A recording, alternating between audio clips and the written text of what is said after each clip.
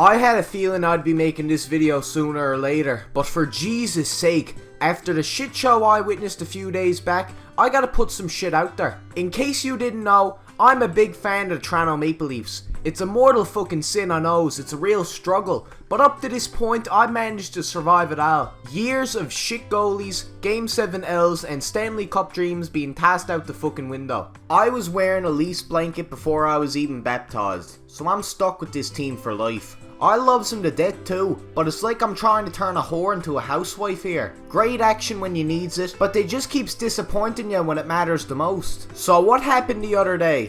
I wish I could show you without Sportsnet crowning up my arsehole, but to sum it up, the Leafs went up against the Columbus Blue Jackets, and for the first time in what seems like forever, they were actually favoured in a series to slap around Tortorella for a few games. The Leafs weren't underdogs anymore. Finally, Austin Matthews and the boys were going to head on the ice, shoot the lights out, and prove why they got a chance at Lord Stanley's mug.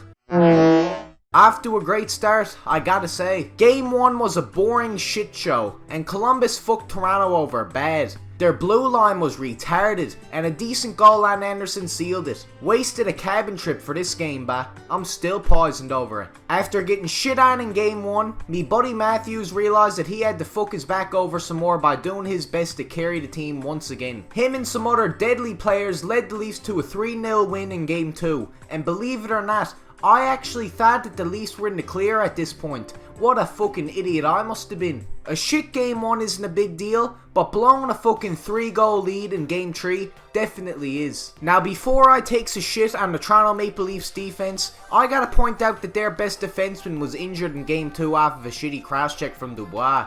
Bad luck is all it wasn't nothing malicious. But still, that doesn't excuse Cody Ceci bombing around on the ice while Dubois drops 3 goals on his little head.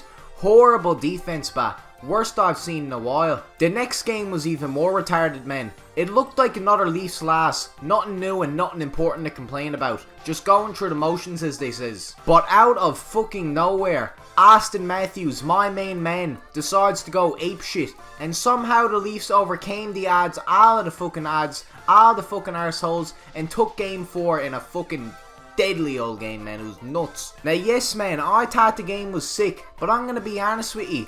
As a Leafs fan, I can tell you that game 4 as a whole was some fucking fluky. I'm not sure how Columbus managed to shit the bed so late in the game, but they got it stained up pretty good. A few days back, I could have told you that this moment was a fucking highlight in Leafs history. One of the best moments I've ever seen in me fucking time watching the games. But now it just gets me fucking pissed. Got me all hyped up for nothing, cause the very next game the legendary Leafs blue line struck again. 3-0 loss, Leafs get tossed out of the fucking COVID-19 bubble, and we gets to practice some more social distancing on the Stanley Cup itself.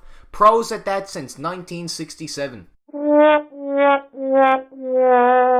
So after that shit show, I stumbled home like a drunken horse. Not angry, not even disappointed. Just tired, to be honest with you. I went to bed and realised that the Leafs do this bullshit every single year. When they aren't tanking for draft picks, they're doing good enough to make the playoffs, but never where you'd consider them a cup contender. The Leafs got no defense whatsoever. I likes Morgan Rielly a fair bit, and Muzzin did deadly when he was on the ice, but Morgan Rielly's more of an offensive threat than a worry on defense. And fucking Muzzin, man, like, it was just bad luck. And it's the shits what happened to him, man. Fuck COVID. Fuck it to hell.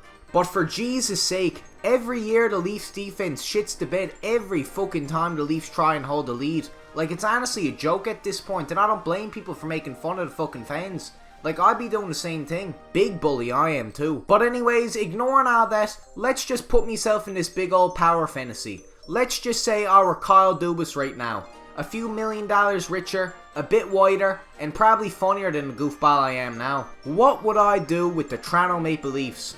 First off, I'd trade away all the offense we got besides Tavares and Matthews for some decent defenders. I don't give a shit who's gotta go. The offense can fly the fuck. Get me Johnny Boychuk and some other big beefy fucking muscular steroid monsters on my team. Deep playoff runs non-stop, I'm telling you now.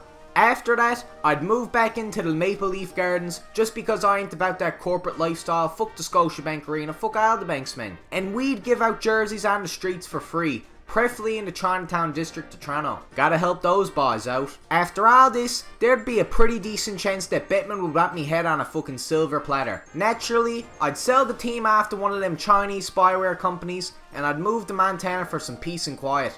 Simple shit, man. Let's make this happen. This has been Leaf Carlo, and I'll see you on the right side of the rock. Have a good one.